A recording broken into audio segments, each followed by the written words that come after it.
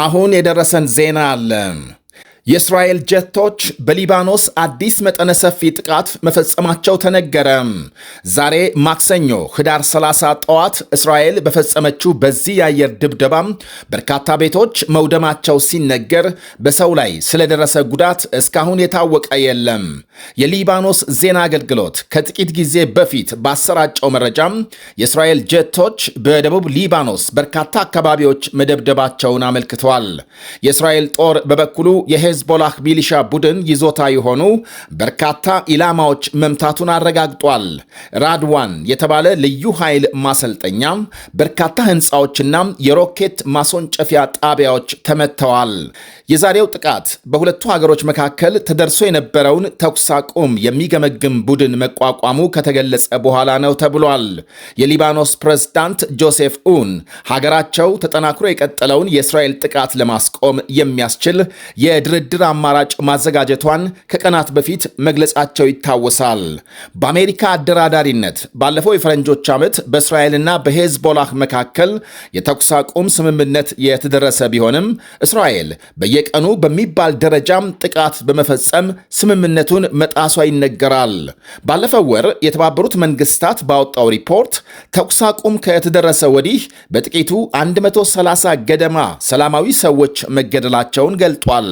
ባለፈው ሳምንትም እስራኤል ቤይሩት አቅራቢያ በፈጸመችው የቦምብ ድብደባ የሄዝቦላህን ከፍተኛ የጦር መሪ መግደሏን ተከትሎ ውጥረት መባባሱ ሲነገር እስራኤል ሄዝቦላህን ትጥቅ ማስፈታት አልቻለም በሚል የሊባኖስን መንግስት ትወቅሳለች። የሊባኖስ ጠቅላይ ሚኒስትር ናዋዝ ሰላም በበኩላቸው ሀገራቸው ሄዝቦላህን ትጥቅ እያስፈታች ለመሆኗ ታዛቢ ቡድን እንዲሰማራ ጠይቀዋል። አስፈላጊ ከሆነም የአሜሪካና የፈረንሳይ ሰራዊት በሊባኖስ ተሰማርቶ የተኩስ አቁም ስምምነት አፈጻጸሙን እንዲገመግም። ሆኖም የእስራኤል ጥቃት ተባብሶ መቀጠሉ ትልቅ ስጋት ሲፈጥር ሄዝቦላህም እስራኤል የሊባኖስ ድብደባዋን እስካላቆመችና ከደቡብ 5 ይዞታዎች ለቃ እስካልወጣች መሳሪያ እንደማይጥል ይፋ አድርጓል።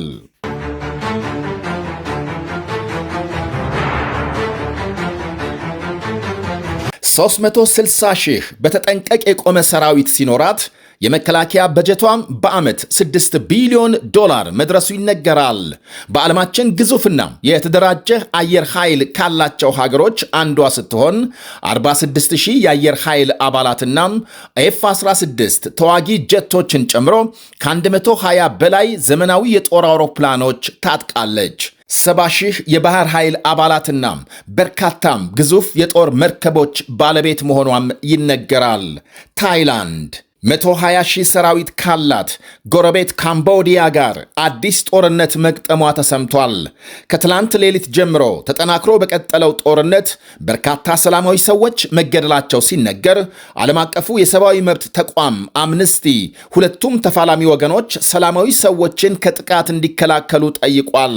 የካምቦዲያ መንግስት ከድንበር አካባቢዎች ከ20,000 በላይ ነዋሪዎች ወደ ሌላ ስፍራ ማስፈሩን አስታውቋል።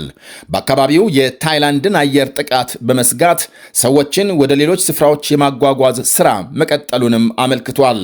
ባለፈው የካቲት የካምቦዲያ ወታደሮች በታይላንድ ድንበር ከ20 በላይ ቱሪስቶች የካምቦዲያን ብሔራዊ መዝሙር ሲዘምሩ ማስቆም አልቻሉም የሚል ነው የጸቡ መነሻም። በድንበር ላይ እንዲህ ያለ ድርጊት እንዳይፈጸም የጋራም የቱሪስት ፕሮቶኮል ስምምነት አላቸው ሁለቱ አገሮች። ተከትሎም የታይላንድ ጦር ለካምቦዲያ አቻው ዳግም ተመሳሳይ ድርጊት እንዳይፈጸም የሚያስጠነቅቅ ደብዳቤ ቢልክም ሁኔታው ከመብረድ ይልቅ ወደ ቃታ መሳብ ተሸጋግሮ ሁለቱ አገሮች የለየለት ውጊያም አካሂደዋል።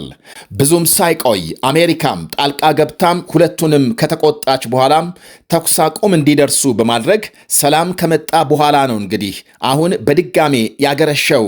ከ17 ሚሊዮን በላይ ሕዝብ ያላት ካምቦዲያም ዛሬ ጠዋት ውጊያውን በመስጋት በርካታ ዜጎቿ ድንበር ጥሰው እየሸሹ መሆናቸውን ዘገቦች አመልክተዋል።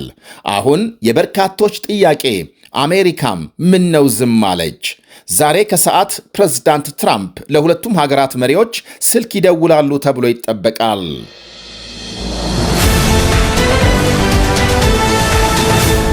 አሜሪካም ሁለተኛውን የኢራን ዜጎች ቡድን ወደ ሀገራቸው መስደዷ ተነገረም። የትራምፕ አስተዳደር የኢሚግሬሽን ሕጉን ለማስፈጸም የሚያካሄደው ጥረት አካል ነው።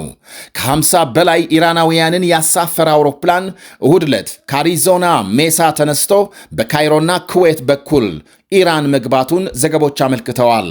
የቴሄራን ውጭ ጉዳይ ሚኒስቴር አረጋግጧል። የአሜሪካም ኢሚግሬሽን ባለሥልጣናት ግን ለደህንነት ሲባል ዝርዝር መግለጫ ከመስጠት ተቆጥበዋል። ብዙም ባልተለመደው የኢራንና የአሜሪካ ትብብር ወደ ሀገራቸው እንዲጓዙ የተደረገው የመጀመሪያው የኢራናውያን ዜጎች ቡድን በረራው የተካሄደው መስከረም መጨረሻ ላይ ነበር። የመጀመሪያው ዙር ማለት ነው። በርካታ የኢራን ዜጎች ስደትን መርጠው አሜሪካ የገቡት በሀገራቸው እስርን ሰግተው ነው ይባላል።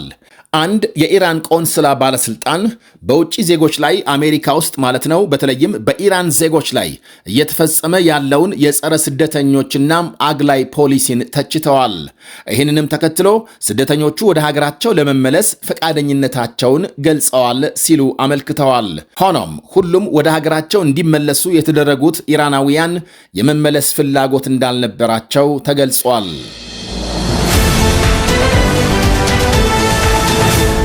አንድ የደቡብ ኮሪያ ፍርድ ቤት የእግር ኳሱን ኮከብ ሶን ሄንግ ሚንን ያስፈራራችው ሴት ላይ የ4 ዓመት እስር መፍረዱ ተነገረም።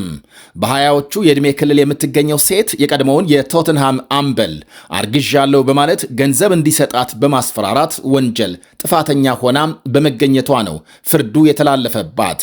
ወጣቷም የሶንን ልጅ በማኅፀኔ ተሸክሜያለሁ በማለት ባለፈው ዓመት ተጫዋቹን አግኝታው እንደነበር የሴኦል ዲስትሪክት ፍርድ ቤት ሰምቷል። ከዚያም $200,000 ገንዘብ እንዲሰጣት እንደጠየቀችና ይህንንም ካልፈጸመ ጉዳዩን ወደ አደባባይ እንደምታወጣ በማስፈራራት ገንዘብ ተቀብላለች ነው የተባለው። ገንዘቡን ለማግኘት ሶንን ማለትም ተጫዋቹን 15 ጊዜ ያስፈራራው የግለሰቧ ተባባሪም የ2 ዓመት እስር ተፈርዶበታል።